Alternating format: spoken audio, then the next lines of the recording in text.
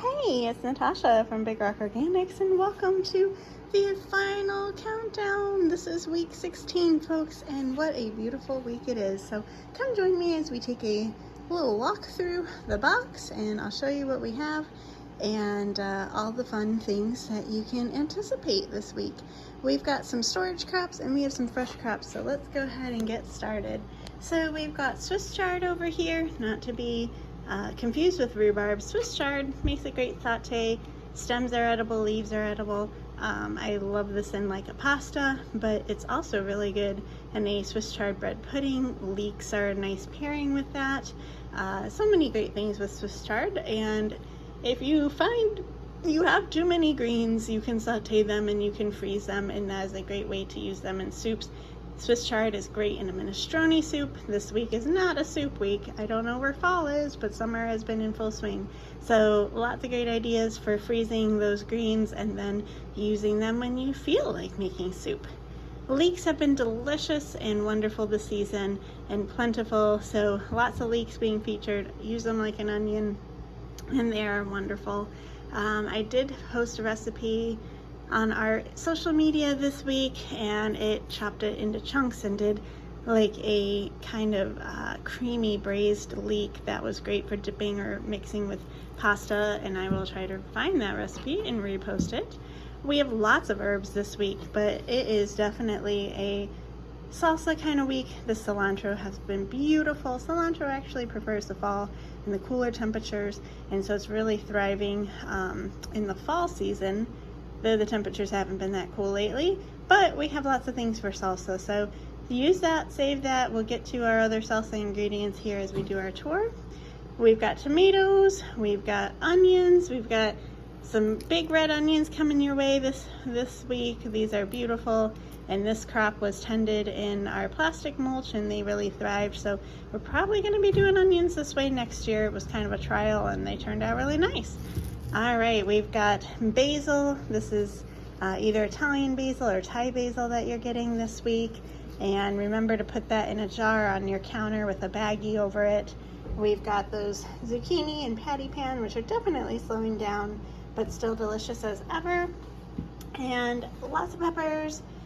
Those peppers, you know, are great chopped up. If you've got too many, make a stuffed pepper dish, stir fries, fajitas with all of these great cilantro, tomatoes, onion fajitas. I see a sheet pan fajita in my future.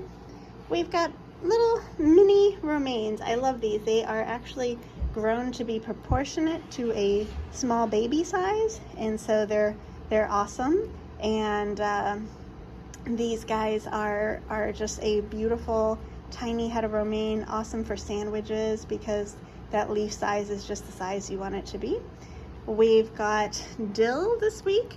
We regrew a new crop of dill and it is looking gorgeous, so chop this up and freeze it if you don't have a use for it this week, because dill is one of those amazing herbs that when chopped and put in the freezer looks like it actually is fresh, and you can use it all season long. It retains its bright greenness and everything, so really great.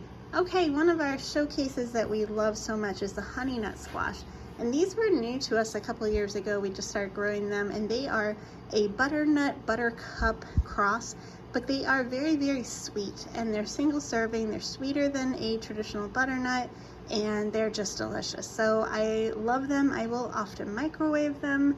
So just something fun and different you don't see every day, but honeynut quickly becoming one of our favorites.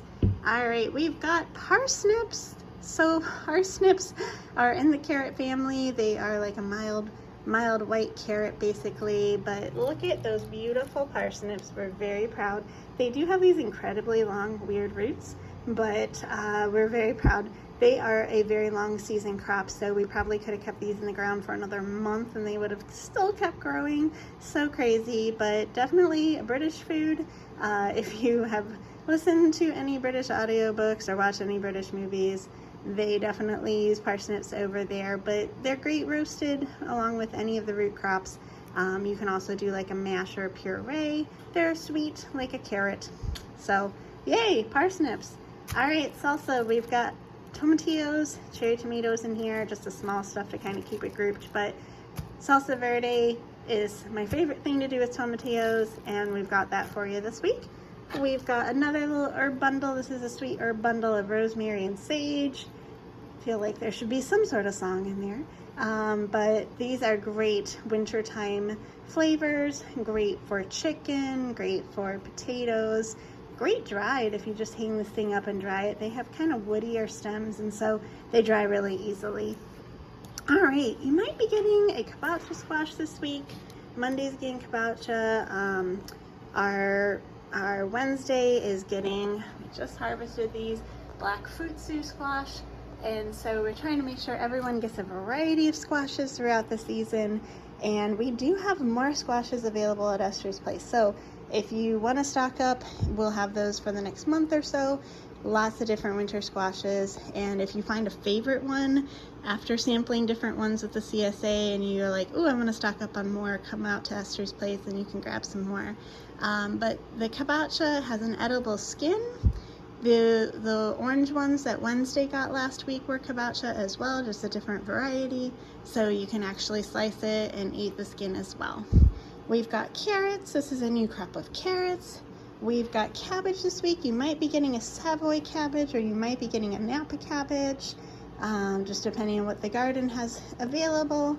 We've got beets, beet greens, and of course those Hakurei turnips. So what a beautiful, bountiful box. A little something new. We've got some new things this week to finish out the CSA. And if we do any late season harvest boxes, we will sure be in touch.